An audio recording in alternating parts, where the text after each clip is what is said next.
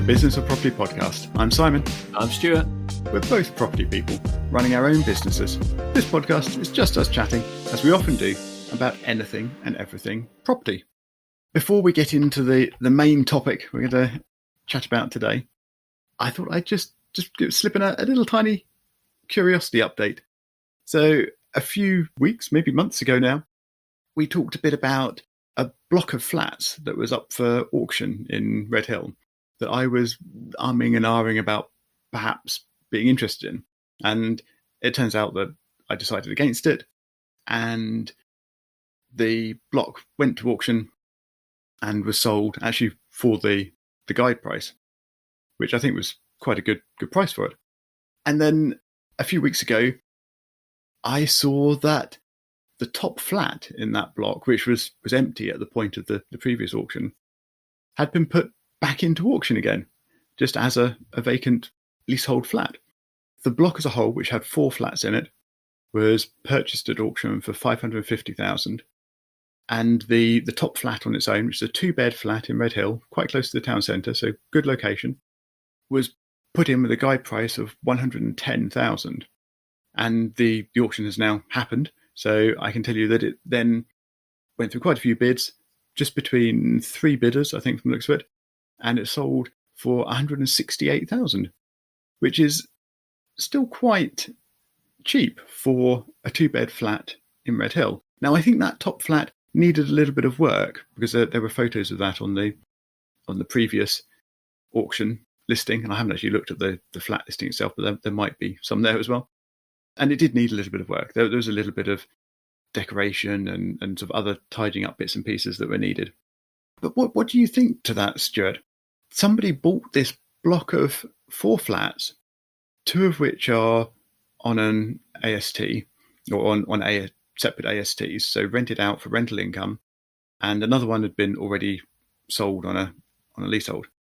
And they decided, rather than rent out this third empty flat that they actually had full ownership of, rather than do it up and rent it out, they decided to sell it in its current state as another leasehold flat. I'm not sure I understand that logic. Do you have any thoughts on what the logic is behind that, Stuart? Yeah, what were the so they've sold the 2-bed. What were the other flats in terms of number of beds? Oh, crikey! Now you're asking. I think they were either 2 or 3 bed. I think there must have been 2 beds. Yeah, thinking about the amount of rent that I recall them fetching, maybe they were, I don't know, 2 or 3 beds anyway. Yeah, well, you're right. I mean, I've just looked at the flat that was sold, and actually, I'd call it a standard. Obviously, we don't know what skeletons are in the closets in terms of works that need to be done, but when you look at it, it's. I mean, the kitchen I've seen worse in existing rental properties, but if you were going to do it, you'd rip the kitchen out. Basically, just needs a full run through, redecoration, carpeting, but that's it really. So I think, it depends on what the other flats are. But if you think, let's just say they bought the whole thing at $550. Did you say? Yep. Yeah. So, and that was for 4 flats. Yes, although it's the freehold for the building. One of those 4 flats has already been sold on a leasehold, so you don't really get full ownership of that. So it's the building plus 3 of the flats within it they bought, really. Right, building and 3 flats. Well, I guess for me, it's I guess they're just unlocking capital. So I can understand it, because if they worked it out, so if it was the building plus 3, even if you averaged that out at 550 divided by 3, and you say, well, each flat was costing 183, and then that's why it depends on the prices. But as you and I know, to get that 2-bed flat in its current condition for 168 in the area that it's in, within a very short walk to the station, Red Hill is being massively redeveloped right now, so we know there's going to be capital growth. So you'd say whoever's got that for 168, I think, has done pretty well.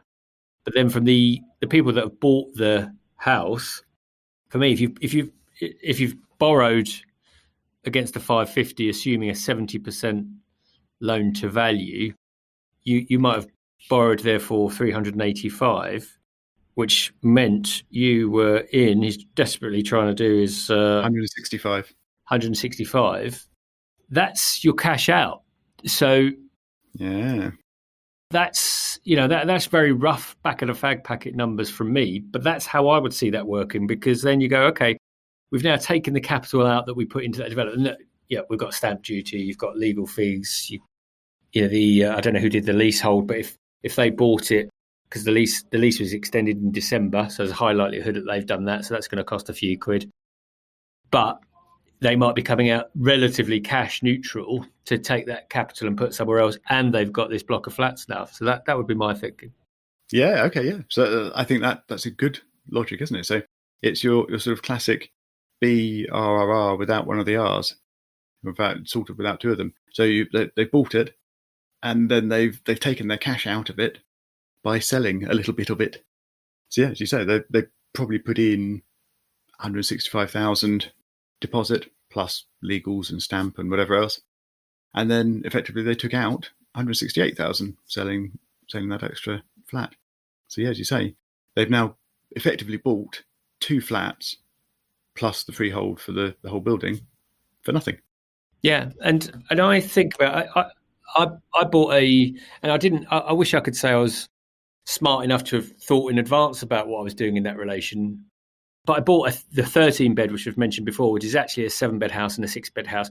In truth, I did think about the possibility of splitting the freeholds when I bought it. So I'm probably doing myself a disservice, actually. I did think about it, but I hadn't thought about it properly. That's not why I bought it. I bought it because I wanted the 13 beds and it was in a great location. However, I've since split the freeholds. I've invested in splitting the freehold. So now I have 2 properties instead of the one. And I am at this very moment in time considering whether I just sell one of those. They're now both 100% occupied from September onwards because they're student properties. So from September on, they will be fully occupied. And I'm thinking, given where we are in the market, it might be the right time for me to cash in on one. So I'm still left with a property that is cash flowing, but I might be able to get some more capital out. That's the thing when I think about properties is, and I now use the word, and I used to hate the word liquidity because it just makes everything sound more complex than it is. But the liquidity of property is quite tough because, as we know, so much money gets tied in. So bringing it back to just this example, I can understand that, because what you don't want as an investor is pretty much 200k tied up in a property when you want to get on and do stuff. Yeah, I mean, when I was looking at purchasing the block, I was looking really effectively to try and tie up my capital, because I was looking for property, and I still am obviously looking for property to buy that my capital can sit in and earn a reasonable return.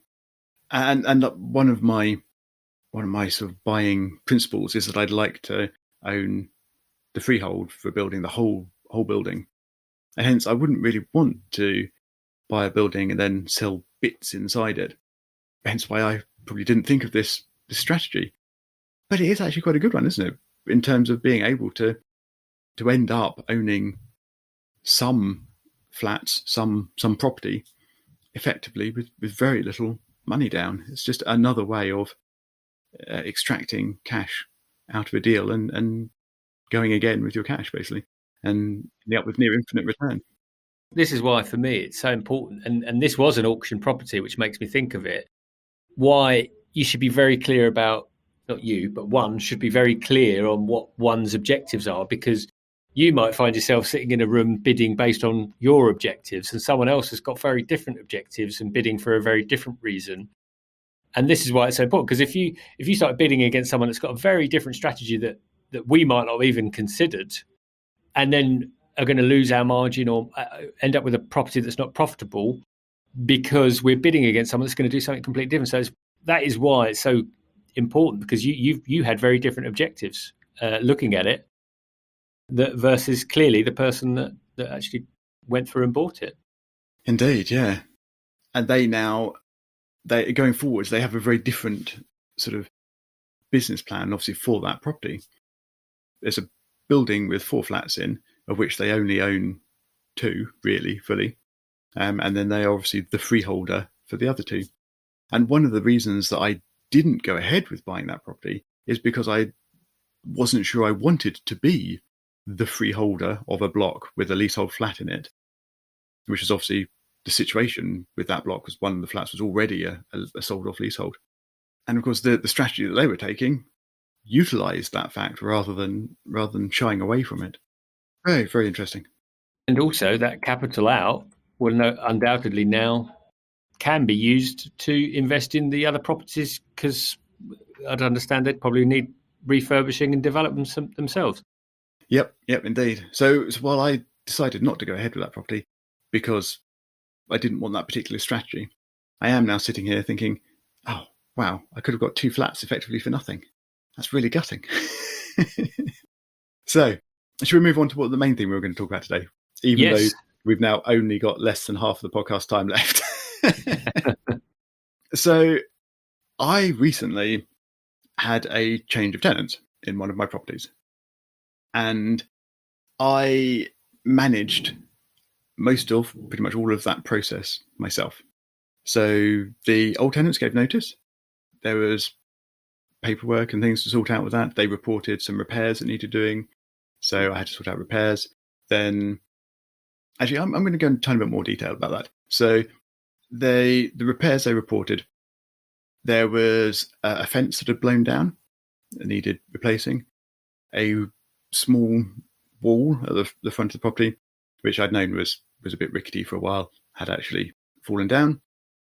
So those 2 things needed fixing and replacing. The old tenants also reported a roof leak, which I thought had been mitigated and worked around, but in actual fact probably hadn't. So that did cause some damp inside the property as well. So the roof needed fixing. And then once the tenants moved out, I also needed to decorate and fix the damp problems as well. So the roof, the fence, and the wall, I was able to get planned and sorted out before the tenants moved out. And then there's the process of the tenants moving out. So there was the checkout, which was relatively straightforward, but obviously that involves going there, looking around the property, comparing it to the previous inventory, and taking meter readings and that sort of process, collecting keys, sort of the final bit. There's the getting the new tenants in, so advertising the property, fielding, well, emails, effectively, responses from that, contacting those tenants, doing a bit of pre-screening, arranging viewings, which was between prospective new tenants and the current tenants at that point. They're actually good enough to do those, which obviously helped with the COVID precautions as well. But I was doing all the arranging for that.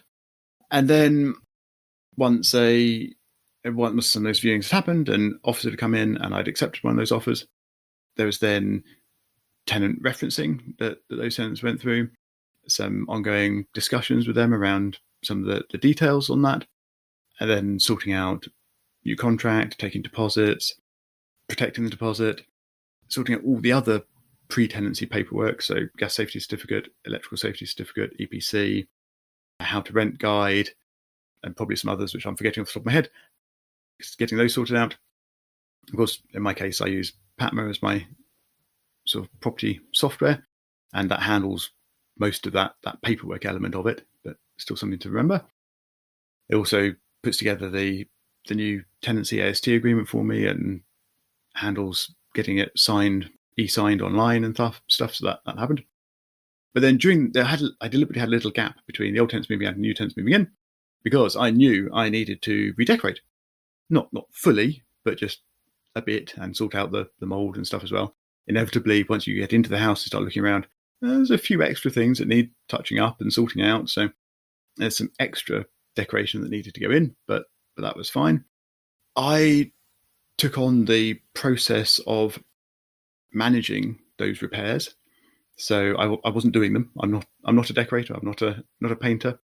But I went into the property. I prepared a list of all the stuff. I met the decorator there, ran through the list, talked through all the bits that needed doing, and there was also some other bits that needed repairing. So there was a broken window latch, and then when I actually got to the property and started checking everything, I found a couple of the window hinges were gone as well. One of the double glazing panes, the panels had blown as well, so it had condensation inside it, so that needed replacing too. So I then needed to find a window person to come in and fix those bits and pieces. I didn't actually do the finding of them myself. I outsourced that to a virtual assistant. But then once they'd been found and booked in, it was me who met them at the property, ran through the details of what was needing doing, got the quote from them, decided to go ahead, booked in that visit, and then I was back at the property again to let them in to do the work. During all of this and my ongoing, fairly frequent visits there, I noticed there was a leak that the tenants hadn't told me about, the old tenants. This was a leak underneath one of the toilets, just in the supply pipe. So then I had to call out a plumber, and again had to go back to the property to let them in, and they were able to fix that fairly easily. So that was good, but it's another thing to obviously do. And the other sort of tradesperson or tradespeople involved were cleaners. So there was specific carpet cleaning needing to be done, sort of professional carpet cleaning. The previous tenants had left some marks and something. They'd hoovered and everything, but there were some marks sort of stuck in the carpets that we wanted to try and get out. So I had to get cleaners in to do that. And the cleaners were also going to, the tenants who cleaned the oven and other bits and pieces, the windows and things, okay-ish, but I wanted them to do those properly. And something the tenants hadn't cleaned was light switches and doors, which were covered in fingerprints and sort of generally didn't look as good as they should have. So I wanted to get them to as well. So again, I met cleaners at the property, showed them around, gave them a list of stuff that needed doing, got a quote from them. Again, I didn't find I didn't find the cleaners originally. Virtual assistant helped me with that, but I was the one who met them at the property, got the quote, and then again went back to let them into the property to actually do the work. I didn't stay there while they were doing the work, because they were there for most of the day, but I did let them in. And while they were cleaning, they cleaned the bath, which meant they were running the bath. And when I went back to the property to lock up after them, I discovered that there was now water coming down one of the walls underneath the bath. So back to the plumber, get them to now come in at the very last minute, because this was happening just before the tenants were due to move in. But again, back to the property, let the plumber in. They dismantled the side of the bath, looked underneath, replaced the waste connection and pipe that was leaking, put that back together. And then after this was all just about finally done, the day before the tenants were due to move in, so I went back, updated the inventory, which involves walking around every room, updating all of the condition reports, the details and things like that. For a 3-bed house, it takes a while to actually just go through that process and then update the documentation and things. And then tenants move in. Again, I was the one who met them there, ran through introduction to the property, tested the fire alarms, smoke detectors, etc. with them, showed them where the stopcock was. That's always an important thing. The tenants know where and how to turn off the water, just in case. And took meter readings and gave them the keys. So I did quite a lot of work on that. And I record my time quite meticulously, 24 hours a day. So I know how long this took me. And I spent 6.5 days on this process. That's over the last 3 months or so, from when the tenants gave me notice through to the new tenants moving in. About 6.5 days.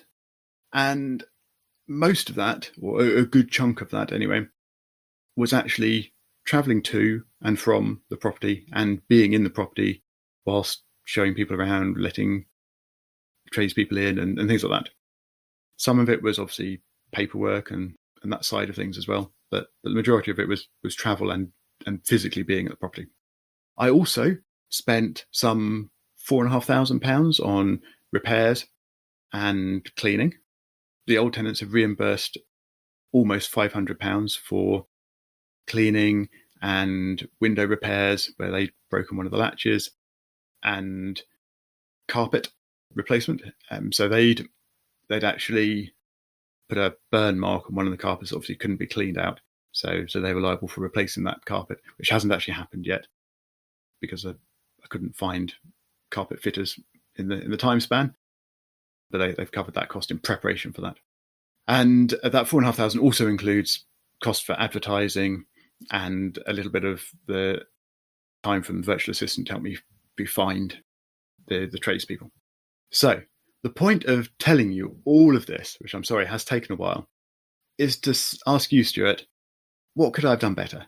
Should I have spent less time? Should I have spent more time and learned how to paint myself? Should I have employed a tenant find agent? Would that have saved me time and money overall? Should I have handed it over to a managing agent? Would they have done this all for me and taken away all the headaches? How could I have configured this better? How could this overall cost £4,500, 6.5 days? How could that be less? What do you think, Stuart? What did I do well? What did I do badly? Well, it's interesting because we have differing ways of approaching things, and I outsource a lot more. And I was interested to hear about what you use VAs for, because that was quite interesting to me that you'd use VAs to find the tradespeople. The short answer is just, we've talked about this many times. I think it depends on each of us. Like what? Because to me, 6 days in 3 months, or 6.5 days in about 3 months. Yeah. Yeah, I mean, it doesn't sound like a huge, around 2 days a month. It's not a huge amount of your time, but it might be to somebody else. But it still doesn't feel like a lot to me to have done that. And also, the thing I'm thinking is, I really need to get on top of my numbers, because we do a lot of repairs over the years. In fact, we are measuring that. We use software to measure it, but it's about ensuring that we recoup the money we should. So again, I think a really good point is that you've recouped the money that you should have done from the tenants. And out of interest, did that come out of a deposit scheme, or? Yep. So it was a group of 3 sharers. Only 2 of them were available for the checkout, but during that checkout, I had a copy of the inventory. I walked around the whole house with them. We looked at all the different bits. We checked the cleaning levels. I'd sent them a list actually in advance of the checkout, saying, make sure you've cleaned all the things, make sure you've cleaned to these standards. These are the things I'm going to check. Remember, you've got a copy of the inventory already. I'm going to check it against that.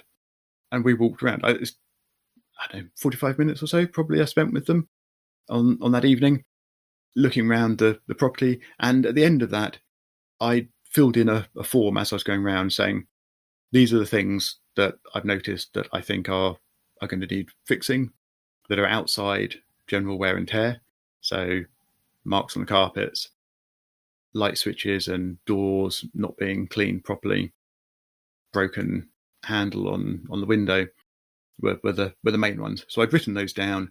I didn't have any estimated costs at all at that point, because I just didn't know what they would be. But I'd written them down, and I got the tenants to sign the paper saying that yes, they agreed they're liable to these. And the tenants were very reasonable. They were perfectly accepting that those things did need sorting out, and it was their responsibility. And then in the week or so after that, I then got quotes, found out costs and things. It actually took me a bit more than a week. It was longer than I was hoping, but yes, after that. And then I went back to the tenants and said, these are the quotes, this is what I found, this is what I think it will cost. Is that acceptable to you? And they came back and said yes. So yes, the deposit was held with the Deposit Protection Service, DPS. So once they'd agreed to me that they were okay with it, I submitted that information to the DPS saying, this is my claim for the money, and the rest obviously goes to the tenants. And then DPS handled the rest of it. Obviously double checked that with the tenants themselves. And yes, since then the money has been paid out, split between me and the tenants. Well, I'm sure people listening would agree that in terms of your approach, it's very detailed, and as I would expect, knowing you, very meticulous. And you've given us quite a good view of most of the repairs that have been done. I would imagine a lot of people would spend a lot more time and a lot more money having to do the same things that you've done. And actually, if you'd outsourced it via a letting agent or a managing agent, you know that whatever costs you're getting are having anything between 10 and 20% applied to them. So you're paying for that benefit. So I think in your position where that's what you do, isn't it? That 6 days and 3 months. I think that's really good.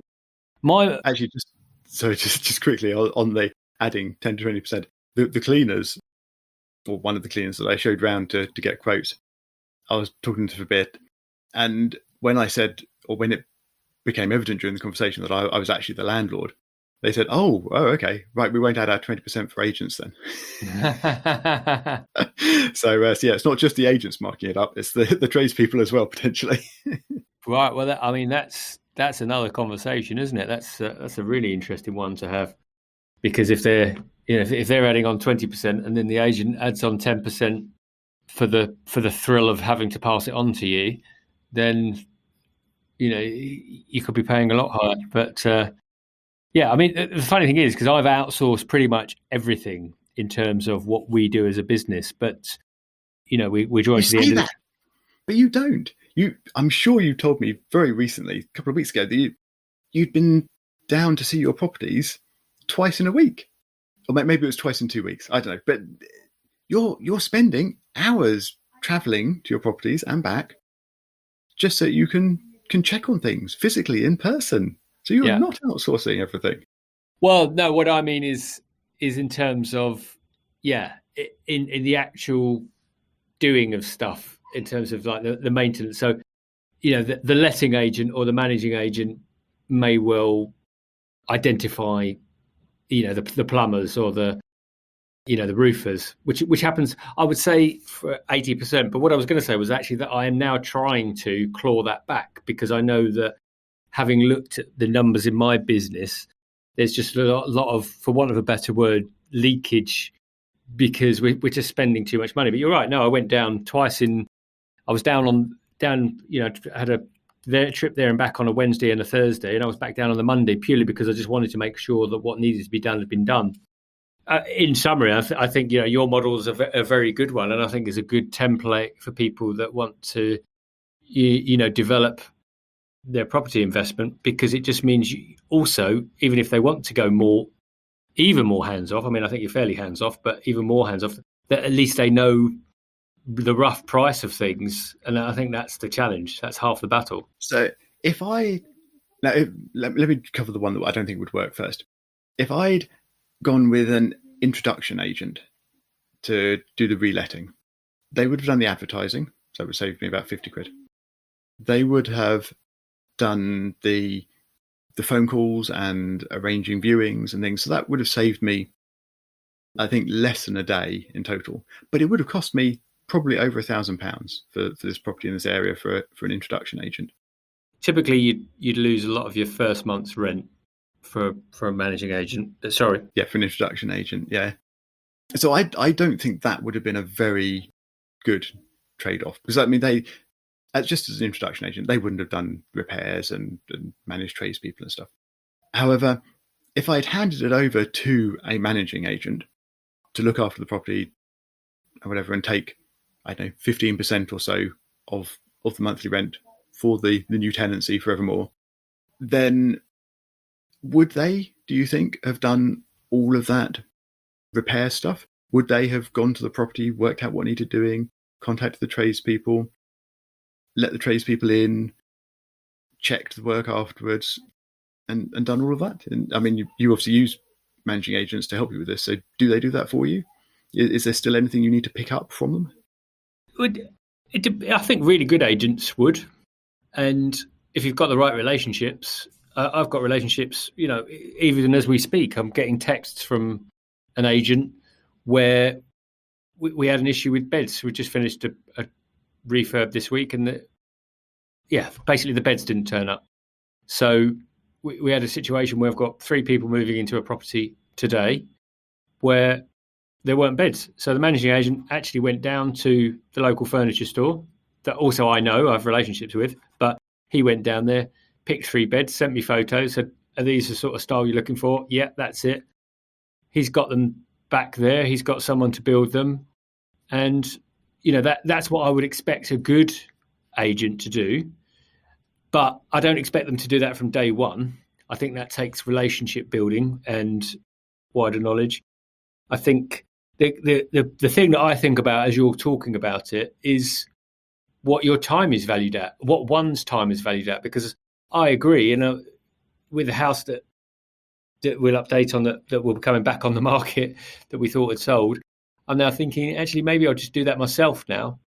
And, in the sales arena, save myself a few grand versus the lettings. Because it's quite eye-watering that on another property we've just finished, when we rent out by the room, we lose the first month's rent is deposit, but then we have a lot of fees now because obviously there's all of the tenant fees have been removed.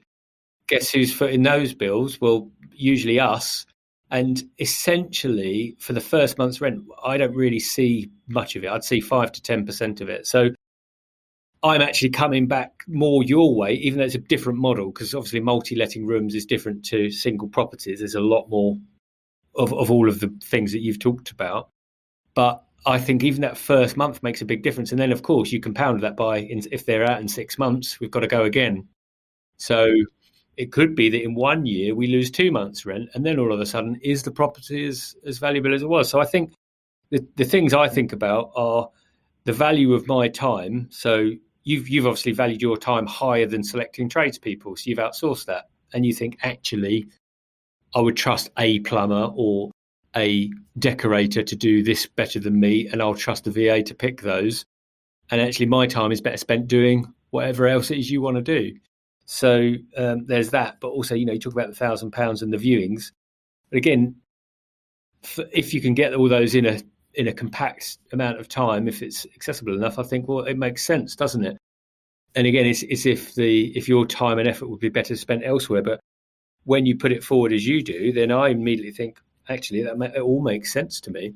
It's just if you had a property where the viewings were coming in sporadically across a week, then who would want? We wouldn't want us, because it's not just a day. And like you said, when I travel, it's not just the time spent at a property; it's the time to and from and everything else. Yeah.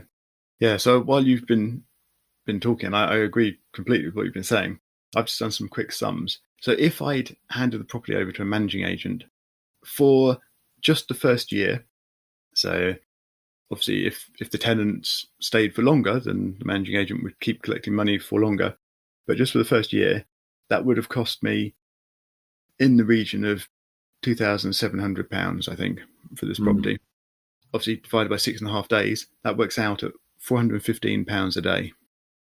So back when I was doing consulting, that's not quite what my day rate was, but that's a good amount of money to have saved. And indeed, if the letting agent was earning that, then yeah, that's a good day rate for them. Of course, they would be responsible for the property for the next year, and there may be other maintenance issues that come up and things, so they may do other work during that year as well to reduce that. But yeah, I think 6.5 days. When I first worked these figures out, I thought 6.5 days to have spent on this process was a lot. It was more than I thought I had spent, and it was more than I wanted to have spent. But yeah, when you compare it to the alternatives, and especially seeing as 2,700 for the management fee, as you say, the tradespeople may have got more expensive as well. So it may well be more than that. So I overall, yeah, perhaps I didn't do too badly on balancing money versus time. I think from my own point of view, I could potentially have outsourced a bit more. So I did get a VA to help me with the finding some of the tradespeople, but I did do some of it myself as well.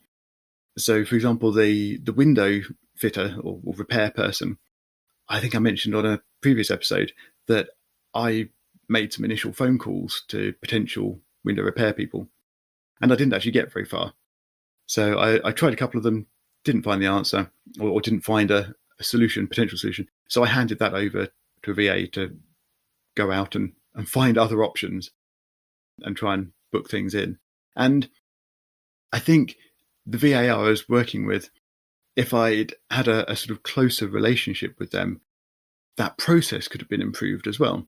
So, for example, they went out, found tradespeople, then the process of arranging the physical meetings at the property was then quite a bit of back and forth with me. Whereas if I had a virtual assistant who had access to my diary and things, that could have been smoothed out more, and they could have actually just seen when I was available and put things in my diary for me, which would have been much better.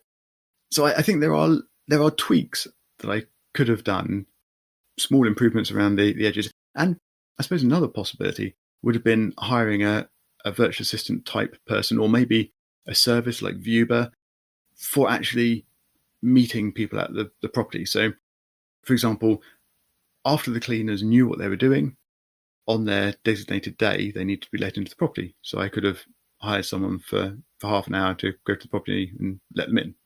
I don't know whether there would have been much value in that in terms of the return on the spend, but maybe. I don't think I could have used that sort of service or a person or a virtual assistant. Well, obviously it wouldn't be virtual, physical assistant, to sort of walk around the property and get tradespeople to give quotes and things, because you have to know what you want. You have to know what's wrong with the property and be able to point to the right things and get the right feedback.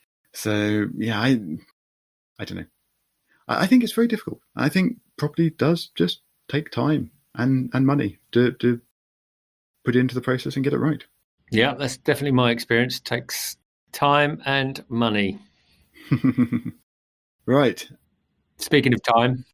Exactly. Yes, we have gone massively over time this week. I think we shouldn't have tried to squeeze two topics into one. That was my fault. Sorry. So I think we'd better finish up, unless you've got any last minute things to squeeze in, Stuart. No, you're shaking your head. Excellent. No one else can see that, but we have a video feed while we're recording, but it's just audio for everyone listening. So I'm sorry you don't get to see Stuart shaking his head, but he has said there's nothing else. So it just remains for me to say thank you very much for listening. Please do let someone else know about this if you're enjoying it. We'd love for more people to be able to listen and share in our experiences and turmoil of working in property. You can find show notes with any links we've mentioned at thebusinessofproperty.com. And Stuart and I will talk to you again next week.